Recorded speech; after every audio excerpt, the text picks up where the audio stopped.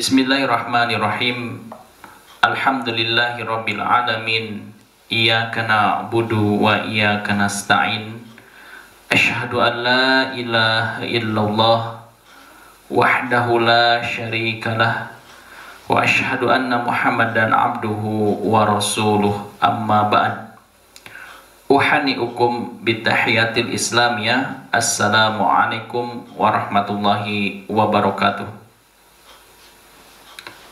Dengan atas nama Allah yang Maha Pengasih lagi Maha Penyayang, segala bentuk pujian hanya milik Allah Subhanahu wa Ta'ala, Tuhan seluruh alam, termasuk kita yang ada di dalamnya, diatur dan diurus oleh Allah Subhanahu wa Ta'ala. Kita memohon kepada Allah Subhanahu wa Ta'ala, semoga ibadah kita, kemudian kita meminta kepada Allah Subhanahu wa Ta'ala agar ibadah kita itu diterima oleh Allah Subhanahu wa Ta'ala. Kemudian kita mendeklarasikan diri bahwasanya tiada lagi yang patut disembah, tiada lagi yang perlu dituju kecuali Allah Subhanahu wa Ta'ala. Salawat dan salamnya Allah semoga dilimpah curahkan kepada baginda tercinta, yakni Nabi Muhammad sallallahu alaihi wasallam. Ihwafillah yang dirahmati Allah Subhanahu wa Ta'ala, kita pada forum yang sangat mulia ini insya Allah akan mengkaji terkait perjalanan Rasulullah Sallallahu Alaihi Wasallam, atau kita sebut dengan Sirah Nabawiyah. Sebelum kita mengkaji Sirah Nabawiyah ini, izinkanlah saya untuk menyamakan frekuensi kita di forum yang sangat mulia ini, atau berada di forum manapun kita menimba ilmu, kita samakan ghayah kita samakan tujuan kita. Ketika kita berada di majlis ilmu itu, bukan terhenti pada kita berpengetahuan, dan bukan terhenti hanya kita sebagai orang yang pandai dalam ilmu tersebut, tetapi yang lebih mendasar kita itu ketika berada di majlis ilmu itu adalah seberapa naik iman kita dan seberapa dekat kita dengan Allah. Itu yang paling penting. Jadi ketika kita berada di majlis ilmu itu, sebetulnya kita pintar itu tidak penting. Yang diharapkan oleh Allah Subhanahu wa Ta'ala ketika kita berada di majlis itu, berapa persen iman kita naik, berapa persen kedekatan kita dengan Allah Subhanahu wa Ta'ala semakin dekat. Itu yang diharapkan. Bukan kita bagus knowledge-nya, bagus pemikirannya, bukan itu. Sebab akan percuma dan akan sia-sia jika kepintaran itu membunuh iman kita. Nah, maka kita samakan ghayah kita, tujuan kita. Ketika kita berada di majelis itu, berapa persen iman naik dan berapa persen kedekatan kita dekat dengan Allah Subhanahu wa Ta'ala. Itu yang diharapkan. Maka di sini saya mengajak, setelah selesai ihwafilah mendengarkan ini, ukur berapa persen iman kita naik dan berapa persen kedekatan kita dengan Allah Subhanahu wa Ta'ala. Dan tentunya untuk mencari supaya iman itu naik, kemudian kedekatan kita itu dengan Allah semakin dekat, bukan pada diri saya yang berbicara ini. Kalau yang berbicara ini tentu banyak kelemahannya, banyak permasalahan dengan Allah Subhanahu wa Ta'ala, banyak kontradiktifnya dengan sosial, itu jadi permasalahan. Tetapi kita meminta kepada Allah Subhanahu wa Ta'ala agar kita itu dinaikkan keimanan kita. Jangan meminta paham kepada saya, jangan meminta, jangan menuntut kepada saya supaya saya harus paham, harus memahamkan. Saya ini adalah sebagai sambung lidah saja. Yang perlu dipahami kita bersama ketika duduk di majelis itu adalah kita meminta pahamnya kepada Allah Subhanahu wa Ta'ala. Itu harapan terbesarnya. Maka mari kita sama-sama untuk menyamakan tujuan kita. Mungkin lebih baik Anda dibandingkan dengan saya ketika keimanannya naik, itu bisa saja bukan karena saya, tetapi ada media-media yang menyampaikan, yang menghantarkan derajat keimanan tinggi, kualitas kedekatan dengan Allah semakin dekat. Mungkin bukan karena saya. Ikhwafillah yang dirahmati oleh Allah Subhanahu wa Ta'ala, kita berada di forum ini dan juga kita berada di forum bulan yang sangat mulia, yaitu bulan Ramadan, dan kita berada di penghujungnya, tinggal menghitung beberapa hari lagi kita akan berlepas dari bulan suci Ramadan, kita akan berpisah dari bulan Ramadan. Tentunya kita ada pointer-pointer yang bisa diambil sikap ketika kita mengarungi bulan-bulan 11 bulan yang akan datang. Di antaranya mungkin ikhwafillah sudah memahaminya. Di antaranya ada poin-poin yang kita lalui sebagai peserta saum. Kita ini adalah sebagai peserta saum.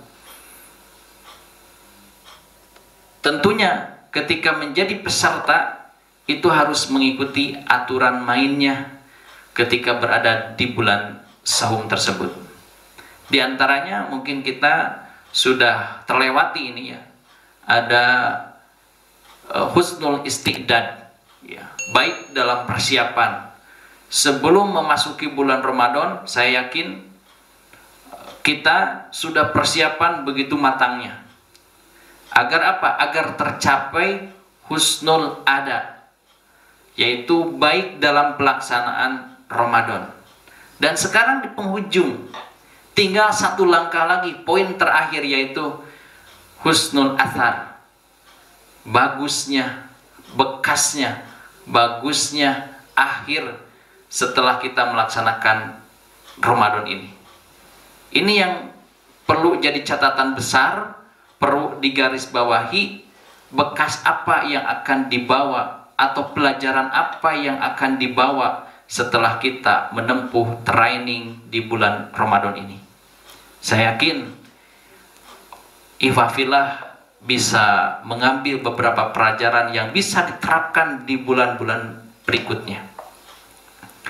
Ikhwafillah yang dirahmati Allah Subhanahu wa Ta'ala, insya Allah pada pembahasan sirah nabawiyah ini atau perjalanan Rasulullah Shallallahu Alaihi Wasallam, kita akan memahami sirah ini bukan sirah personalitinya Muhammad bin Abdillah, tetapi di sini saya akan mencoba untuk memahami sirah risalahnya Nabi Muhammad Shallallahu Alaihi Wasallam.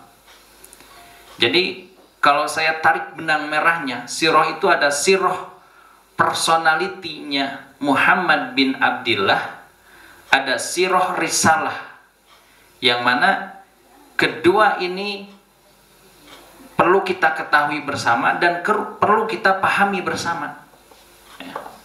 Tetapi di sini saya akan memperluas terkait sirah risalahnya. Kalau sirah personalitinya, saya yakin begitu pahamnya. Karena kalau sirah personalitinya Nabi Muhammad itu sifatnya statis, ya, statis. Tapi kalau sirah risalah itu sifatnya dinamis dan bergerak sampai sekarang. Maka ketika kita memanjatkan sebuah doa, Allahumma sholli ala Muhammad wa ala ali Muhammad kama shallaita ala ali Ibrahim wa barik ala Muhammad wa ala ali Muhammad kama barakta ala ali Ibrahim fil alamin innaka Hamidum Majid. Ini adalah bentuk di mana ketika kita menjalankan sunnah, yaitu menjalankan sirah risalahnya, kalau ada kaitannya kita dengan sirah yang diajarkan, yaitu sirah risalah, itu insya Allah akan nyampe kita membacakan doa tersebut. Dan bahkan fadilahnya akan nyampe juga kepada kita. Dan kita akan diaku sebagai keluarganya Nabi Muhammad Sallallahu Alaihi Wasallam. Wallahu a'lam. Jika seseorang mengaku sebagai umat Nabi Muhammad tapi tidak menjalankan sirah risalahnya, itu tidak menjamin. Karena apa? Karena sirah risalah inilah yang akan menyambungkan menjadi keluarganya Nabi Muhammad SAW. Ketika kita mengaku ingin menjadi keluarganya Nabi Muhammad, tetapi sirah risalahnya tidak dijalankan, maka tidak akan nyampe. Sama halnya kita nelpon sahabat kita atau kita menelpon istri kita, kemudian salah satu huruf, mungkin nolnya tidak terbawa atau angka berapanya tidak terbawa, itu tidak akan nyambung. Termasuk kita, kalau ingin diaku menjadi keluarganya Nabi Muhammad, maka mesti ada kesinambungan perjalanan kita dengan perjalanannya Nabi Muhammad menjalankan sirah risalahnya. Ya, baik, kita akan bongkar apa itu sirah personality dan apa itu sirah risalah. Ya. Kalau sirah personality kita sudah mampu. Contohnya itu Nabi Muhammad ketika mengembala kambing, itu kan sirah personality. Ya. Kalau ini menjadikan sunnah yang harus diikuti oleh umatnya, ini repot sekali. Ya. Jadi setiap orang yang mengaku umatnya Nabi Muhammad harus mengembala kambing, kan jadi repot. Itu namanya sunnah personality. Ya. Kalau sunnah personality, ada baiknya kita ikuti, kalau tidak dan tidak sejaman hari ini, ya tidak perlu dijalankan. Itu kan jadi ngerepotin kita. Atau misalkan kita naik kendaraan nih, ya, naik kendaraan. Dulu Nabi Muhammad ketika naik kendaraan itu pakai apa kendaraannya? Ya, kendaraannya pakai kendaraan onta, ya, gitu. Atau kendaraan, kalau saya sebut ada kendaraan bermodal, gitu ya. Atau sekarang kan kita kendaraannya apa? Bermotor kan? Nah ini, ketika kita mengikuti, ingin mengikuti seperti Nabi, maka kendaraan saya pun harus pakai onta. Itu kan lambatnya. Kalau sekarang kan tidak relevan lagi kan? Di situ. Nah maka itulah sirah personalitinya. Gitu. Nah itu cukup kita ketahui saja bahwa sirah personality Nabi Muhammad itu sifatnya apa? Hanya sifatnya statis, gitu ya. Maka kalau kita menganggap saya mah ingin semuanya diikuti, nah ini kita harus bisa pandai, harus cerdas kita memandang dengan kecerdasan iman kita. Ya. Sebab sirah personalitinya Nabi Muhammad itu dia berlaku sebagai basyarnya saja. Kalau di dalam Al-Quran surat Al-Kahfi ayat terakhir, ini basyar mislukum, ya. Dia berlaku sebagai basyar, sebagai manusia biasa, ya. Berbeda dengan dia berlaku sebagai abdun, ya. Maka di dalam beda, kalau di surat Al-Isra Allah membahasakan bahasanya asra bi abdihi lailam minal masjidil haram ila masjidil aqsa. Bahasanya asra, aku memperjalankan. Itu bukan Allah memperjalankan, itu tidak menyebut sebagai Muhammad di situ. Dia sebagai personalitinya Muhammad. Tetapi Allah menyebutkan kepadanya abdun. Asra bi abdihi, bahasanya bi abdihi. Yaitu dengan kalimat abdun. Ini puncak tertinggi penghargaan dari Allah Subhanahu wa taala. Jadi kalau memposisikan dia sebagai abdun, sebagai hamba, itu tidak ada intervensi apapun yang masuk kepada dirinya. Tidak ada kepentingan apapun, hanya untuk beribadah kepada Allah Subhanahu wa taala. Itu ketika kita berlaku sebagai abdun yang membawa risalah. Kalau seorang membawa risalah Allah, kul haqqa walau kana murron, sampaikan hak itu walaupun rasanya pahit, itu akan disampaikan. Karena begini, kasus-kasus yang terjadi para dai, hilangnya hitoh, hilangnya kesemangatan di dalam menyebarkan Islam itu ketika sudah disusupi dengan kepentingan-kepentingan perut. Ini yang berbahaya.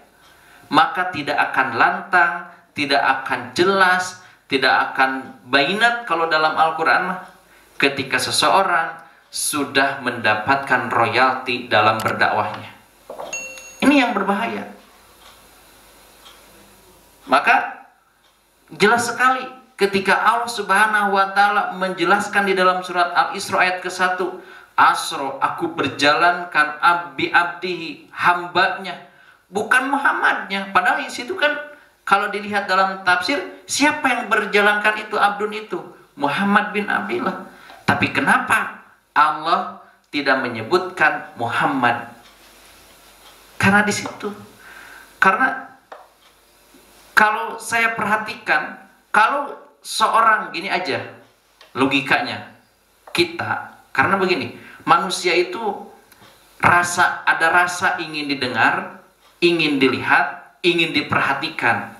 Kalau tidak didengar, tidak dilihat, tidak diperhatikan, itu akan terjadi apa? Akan terjadi reaktif, bukan proaktif. Sok aja gini, Ikhwafillah ketika ngobrol dengan sahabatnya memalingkan muka, kemudian tidak mendengarkan, bahkan ditutup pakai headset. Apa yang terjadi Anda ketika Anda sedang berbicara? Ada rasa apa? Menyesal, kesal, ingin berantem. Karena apa? Karena tidak didengar. Itulah kodratnya manusia, ingin apa? Ingin didengar, ingin dihargai. Itu manusia. Kalau bahasa Al-Quran mah basyarun. Kalau kita berbicara sebagai basyar, itu akan lahir seperti itu. Ingin dilihat, ingin didengar, ingin dihargai. Kalau berposisi sebagai abdun, itu hilang. Makanya kalau abdun itu konsepnya kan la ilaha illallah. Yang melembaga di dalam dirinya itu adalah kalimat la ilaha illallah. La itu kan kosong, mengosongkan dari ingin dihargai, mengosongkan dari ingin didengar, mengosongkan ingin dipuji. Itu dikosongkan di sininya. Kalau seorang ingin dihargai, ingin didengar, apa yang terjadi? Akan muncullah sikap reaktif di dalam sikapnya. Nah ini, makanya di sini luar biasa pencerdasan kita ketika melihat Allah Subhanahu wa taala membahasakan kepada Nabi Muhammad itu bukan ke personalitinya, tetapi kepada abdunnya sebagai manusia, hambanya. Nah di sini, ya makanya kalau kita disebut itu ya, kalau berbicara kemudian ingin disebut, ingin diperhatikan, dia berlaku sebagai basar, bukan sebagai abdun. Kalau abdun itu kosong, tidak ingin dihargai, tidak ingin dipuji, tidak ingin didengar, itu sebagai abdun. itu berpenampilan sebagai bashar.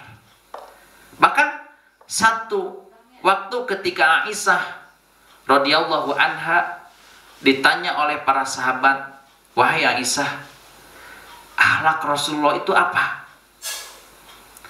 Di sini cerdasnya Aisyah itu luar biasa. Akhlaknya Rasulullah itu adalah Al-Quran. Bukan menyebutkan Muhammad, tapi akhlaknya Rasulullah Al-Quran. Itu kan kalau akhlaknya Rasulullah dijelaskan, oh iya Muhammad itu begini, begini, begini, Muhammad itu begini, begini, begini, Muhammad itu begitu, apa yang akan terjadi? Dia akan kultus terhadap Muhammadnya. Makanya Aisyah kecerdasan imannya ketika ditanya oleh para sahabat yang lain mengatakan, apa akhlak Muhammad? Jawabannya adalah Al-Quran. Karena Al-Quran itu kebenarannya mutlak. Disinilah begitu jelas ya, ketika sirah personality itu bersifatnya apa? Bersifatnya sebagai basarnya saja, yang akhirnya ingin didengar, ingin dipuji, ingin diperlihatkan, dan ingin dihargai. Itu menjadi permasalahan. Itu akan bertentangan dengan kalimat tauhid la ilaha illallah. Iwafillah rahimakumullah, yang dirahmati Allah subhanahu wa ta'ala. Jadi yang perlu kita kejar itu, yang perlu kita pahami bersama itu adalah, di sini saya akan dicoba untuk memahamkan khususnya diri saya dan umumnya untuk iwafillah terkait sirah risalah ini, yang mana yang disebutkan dengan sirah risalah ini kan, risalah itu diambil dari kalimat rosalah, utusan. Risalah berubah menjadi kalimat risalah, artinya ada perintah-perintah Allah. Kalau saya lihat dalam kamus Al-Munawwir, kemudian di Al-Mufradat juga dijelaskan, yang disebutkan dengan risalah itu adalah da'watu linnas, mengajak, menyeru kepada manusia, bima umirobihi, apa yang sudah diperintahkan kepada Nabi Muhammad. Nabi Muhammad mengajak apa yang diperintahkan oleh Allah, ma'uhiya ilaihi, apa yang diwahyukan oleh Allah kepada Nabi Muhammad, kemudian Nabi Muhammad mengajaknya kepada manusia. Maka itulah yang disebutkan dengan risalah. Atau simpelnya yang disebutkan dengan risalah itu adalah Al-Quran. Nama lain dari risalah itu adalah Al-Quran. Ketika Nabi Muhammad SAW sebagai tafsir aplikatifnya Al-Quran. Jadi kalau kita ingin melihat originalitas tafsir itu adalah Nabi Muhammad SAW. Ya. Jadi kalau sekarang kan mungkin bagi para peneliti atau pembaca tafsir-tafsir, begitu banyaknya kan tafsir. Orang ini menafsirkan banyak penafsiran Al-Quran. Kalau ingin kita melihat secara jelas dengan otentik tafsir yang aplikatif itu, kita lihat Nabi Muhammad dengan apa? Dengan adanya sirah Nabi Muhammad SAW. Di situ beres. Jika seorang ingin tahu tafsir Al-Quran yang jelas, otentik, lihat saja sirah risalahnya Nabi Muhammad SAW, bagaimana beliau membumikan Al-Quran itu, sehingga secara teoritis maupun secara empiris Nabi Muhammad membumikan Al-Quran itu sukses. So, kita cari apa lagi? Ya, cari metode apa lagi untuk membumikan ini Al-Quran? Toh sudah ada prototipe yang jelas, sudah ada cuklat dan juknisnya yang jelas, yaitu Nabi Muhammad. Kita lihat saja di sana. Nah, maka di sini kita akan coba untuk memahami sirah risalah ini dengan jelas, Ya. Kita dukung dengan Al-Quran, kemudian kita dukung dengan kitab-kitab sirah yang lain. Sebelumnya saya akan menjelaskan terkait, sebelum lebih lanjutnya lagi kita membahas sirah risalah ini, kita akan coba dulu apa itu yang disebutkan dengan sirah. Apa kepentingan kita mempelajari sirah? Ya, di pertemuan kita hanya 2 sekarang. Ya. Apa itu sirah dan apa kepentingan kita mempelajari sirah? Mari kita bongkar. Sirah itu diambil dari kalimat saro yang artinya berjalan. Yasiru sirotan, ya, perjalanan. Nah, maka yang disebut dengan sirah itu adalah thariqah. Atau dalam Al-Bayan, dalam kamus Al-Bayan juga mengatakan yang disebutkan dengan sirah itu, atau dalam takrifat yang disebutkan dengan sirah itu adalah as-sunnah. Ya. Jadi yang disebutkan dengan sunnah itu thariqah, perjalanan, metode, cara, itu adalah sirah. Di dalam penjelasan yang disebutkan dengan sunnah itu adalah ma'udipa ila Nabi Sallallahu Alaihi Wasallam min qaulin au fi'lin au takrir. Itu yang disebutkan dengan perjalanan Rasulullah Sallallahu Alaihi Wasallam itu dari mulai ucapan, kemudian dari tindakan atau pembiaran Nabi. Itu yang disebutkan dengan sirah. Ya. Maka di sini juga saya akan membatasi, ya. Jadi nanti sirah ini tidak kita batasi ruang lingkup pembahasan sirah. Yang saya akan bahas itu adalah hanya 2 juga. 1, sirah masa belum turunnya wahyu atau sirah pra wahyu, kemudian ada sirah pasca wahyu atau masa wahyu. Ya. Di sini dalam kondisi jahiliyah, dalam kondisi istid'am, kemudian dalam kondisi tamkin, itu yang kita akan bahas sampai ke sana. Ya. Nah, kembali lagi dari pengertian sirah. Jadi kita bisa pahami bersama bahwa yang disebutkan dengan sirah itu adalah sunnah atau perjalanan, pola, ketentuan, ketetapan yang dijalankan oleh Rasulullah Shallallahu Alaihi Wasallam. Kedua, pentingnya memahami sirah. Saya akan tanya, kira-kira penting nggak kita mempelajari sirah? Ini harus ada kesepakatan bersama dulu.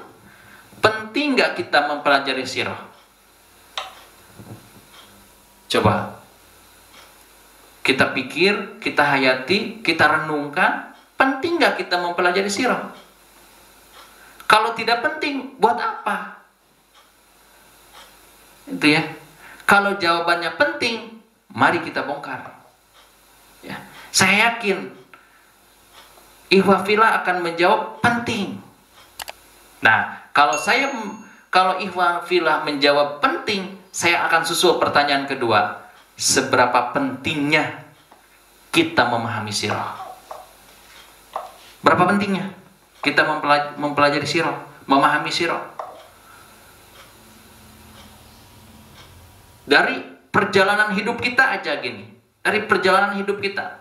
Soalnya begini, dimensi putaran waktu kita itu ada masa lampau, ya, masa yang sudah terlewati, masa sekarang, dan masa yang akan datang. Ini perjalanan kita kan, perjalanan kita. Kalau perjalanan kita itu masa lampau, ini maka ada orang yang tidak berdamai dengan masa lampaunya, tidak berdamai dengan masa dahulunya, makanya akan terjadi orang yang stres. Kan begitu, orang gila kan, ketika tidak berdamai dengan masa lalu, apa yang terjadi? Gila. Itu kan, orang gila itu kan memikirkan masa lalu. kita tidak akan bisa mengukur seberapa pentingnya kita punya catatan sejarah dan seberapa pentingnya kita memahami sirah.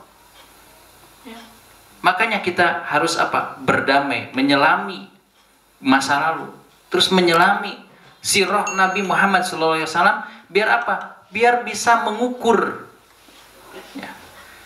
seberapa pentingnya kita memahami sirah tersebut. Ya, baik. Kalau sudah terukur, mari kita akan buktikan. Tadi sudah diukur di dalam diri kita itu sudah berapa persen pentingnya kita memahami sirah. Kemudian pertanyaan berikutnya, untuk siapa nih kepentingan kita memahami sirah itu? Untuk memenuhi kebutuhan apa? Ketika kita sudah paham sirah tersebut, misalkan sudah 99% kita paham sirah tersebut, untuk siapa dan untuk diterapkan di mana? Kalau hanya sebatas kita menjadi seorang yang pakar dalam sejarah atau seorang pakar dalam sirah tapi tidak diaplikasikan, ini akan nol juga. Maka saya susul dengan pertanyaan itu. Kepentingan untuk siapa ketika kita paham terhadap sirah? Coba, kepentingannya untuk siapa? Apakah untuk personal? Untuk komunal? Kepentingannya itu adalah untuk kita paham Islam secara paripurna. Ini yang harus digarisbawahi oleh kita. Jadi kalau kita paham sirah itu tapi tidak ada kaitannya untuk memahami Islam secara komprehensif, itu tetap akan nol. Hanya ahlinya saja. Ya. Kalau disebutkan dengan ahli kan sudah bisa pandai untuk menerapkan hal tersebut. Nah, maka di sini kita pahami bersama bahwa kita mempelajari sirah itu untuk kepentingan kita memahami Islam secara paripurna. Masya Allah, tabarakallah. Kalau kita perhatikan kondisi Islam hari ini, begitu kalau Rasul menggambarkan di dalam hadisnya, akan datang suatu zaman, akan datang suatu masa di mana Islam itu seperti buih. So, kita perhatikan, kita refleksi kondisi saat sekarang, kita peka terhadap kondisi sekarang. Apakah hari ini yang digambarkan oleh Rasulullah sudah terjadi? Kalau saya perhatikan, ini sudah terjadi.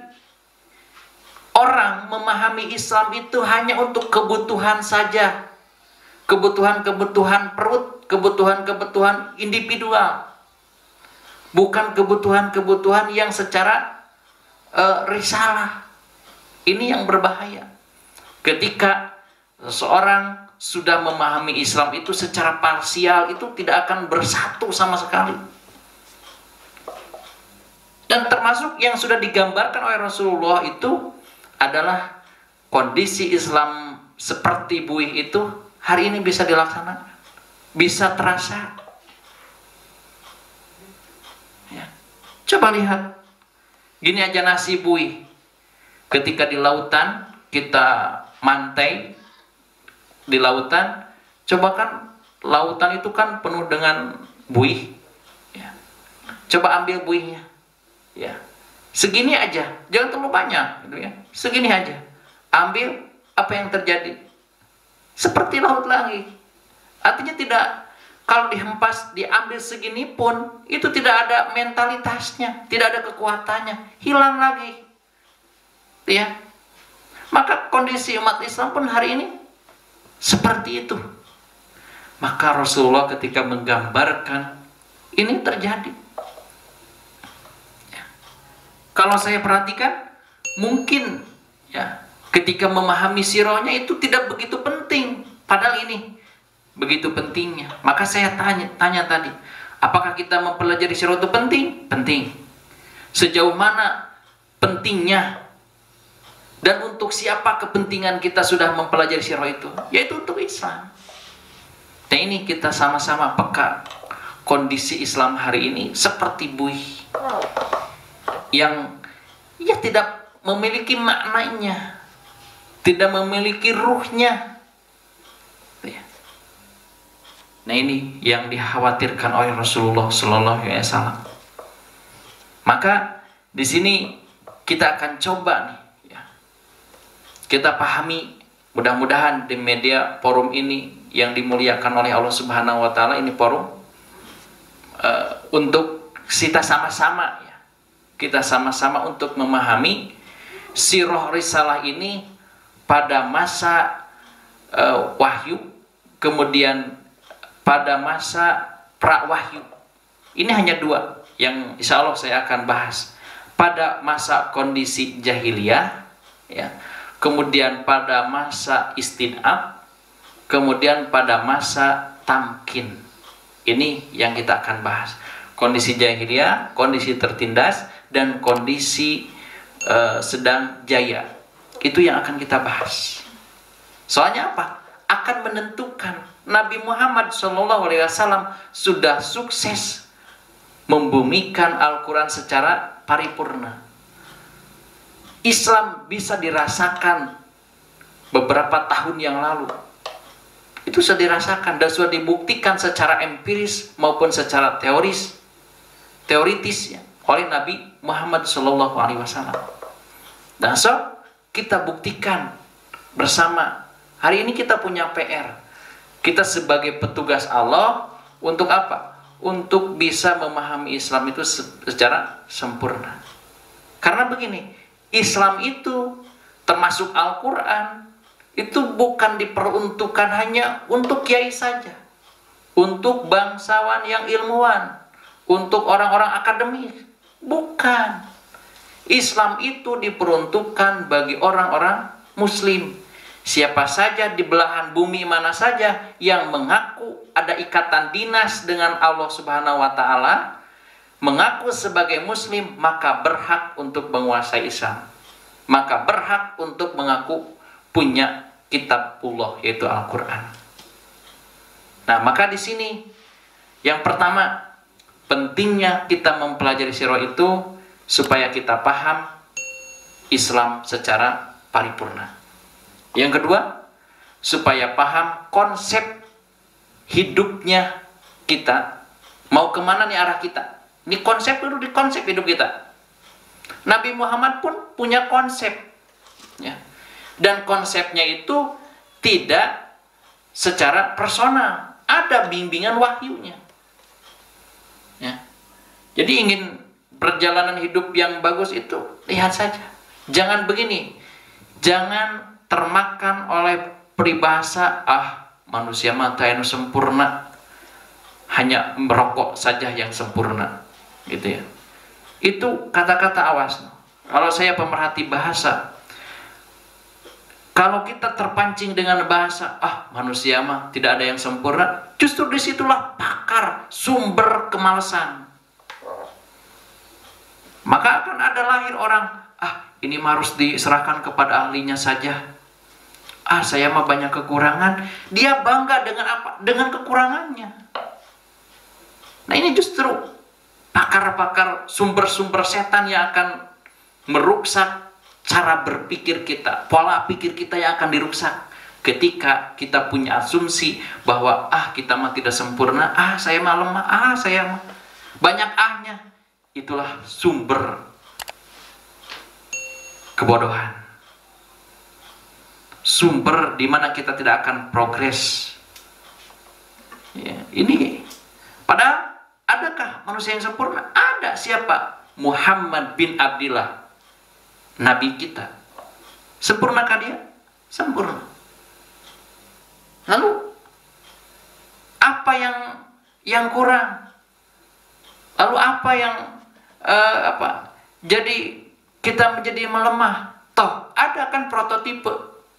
Siapa? Nabi Muhammad SAW. Dialah orang yang sempurna. Bahkan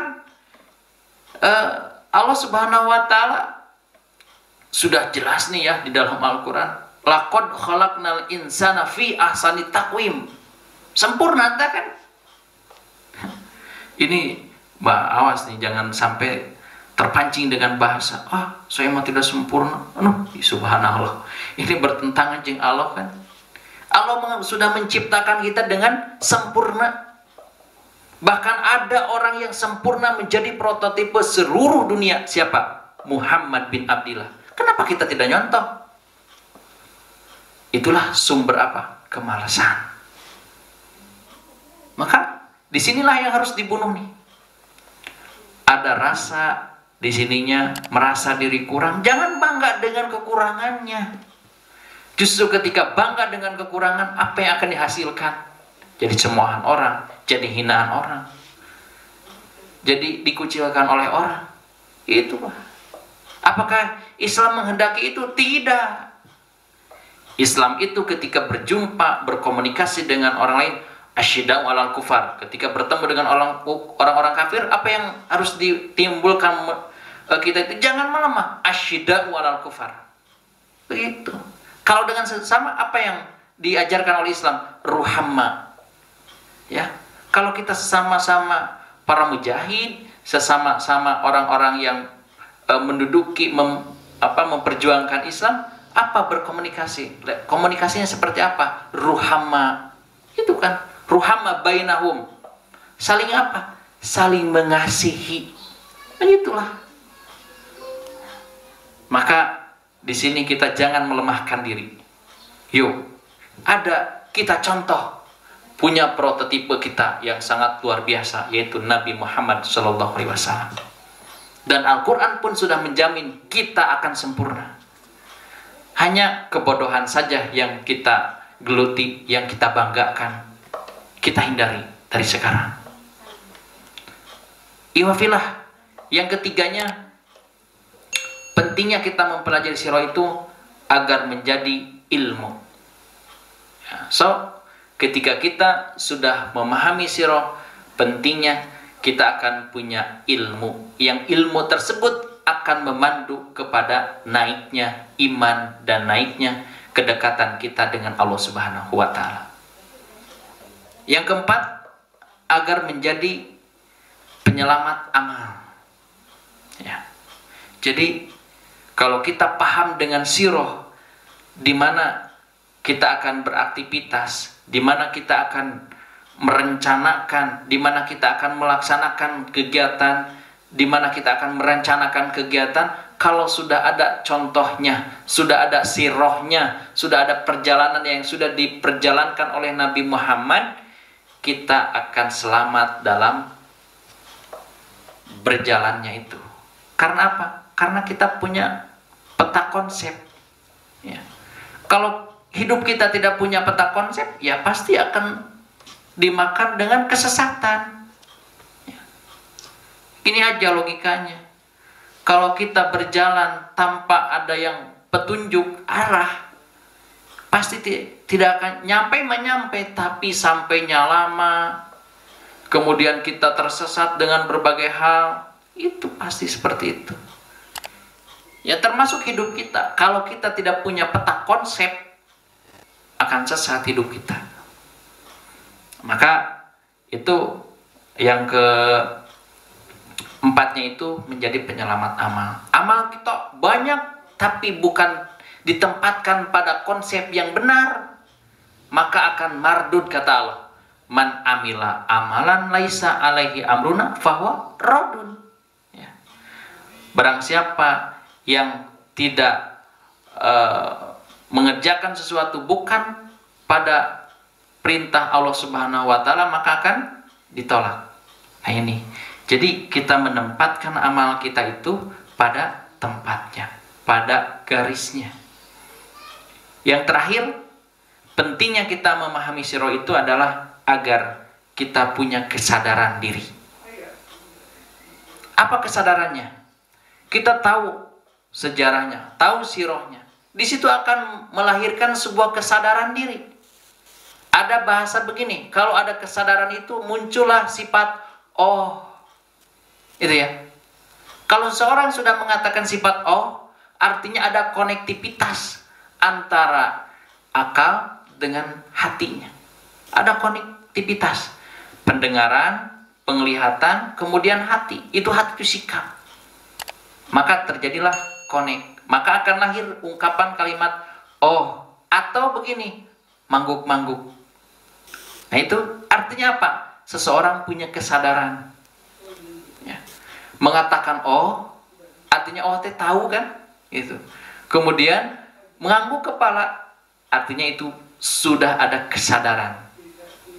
Nah, di sini yang lebih detail lagi, ketika kita sudah punya kesadaran tersebut, jadi begini, kesadaran diri, posisi diri kita sudah paham nih Siro, posisi kita itu ada di mana letaknya. Ya. Apakah posisi kita itu, kesadaran diri itu akan menyadari, oh saya itu berada di garis mana nih? Di garis yang benar nggak? Saya itu berada di garis yang sesuai dengan diajarkan oleh Rasulullah nggak?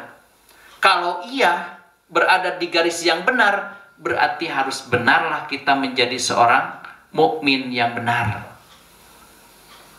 Kemudian kita akan sadar juga, kalau kita berada posisinya di posisi yang salah, kita akan sadar, oh ternyata saya itu berada di jalan yang batil.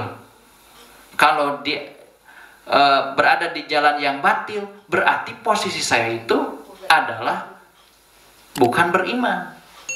Posisi saya itu adalah orang kafir. Nah ini ada kesadaran diri. Kalau kita tahu tentang syiro itu, kita akan ada kesadaran mengetahui posisi kita itu dalam berjalan, menentukan rencana dan menentukan perencanaan itu adalah ada di jalan yang benar atau di jalan yang batil. Maka ada di mana? Kita pahami sirohnya. Begitu. Rupanya penentuan sikap kita berada di garis mana, berada di perjalanan mana kita itu, apakah di perjalanan yang batil atau ada di perjalanan yang benar, itu ada pada puncak kesadaran. Rupanya mengakhiri pertemuan kita kali ini, mudah-mudahan kalau Allah Subhanahu wa Ta'ala menakdirkan ada waktu kita untuk bertemu lagi di forum yang mulia ini, insya Allah kita akan bahas tuntas terkait risalah yang dibawakan oleh Rasulullah mengenai pra-wahyu dan masa wahyu. Wallahu a'lam bishawab. Assalamualaikum warahmatullahi wabarakatuh.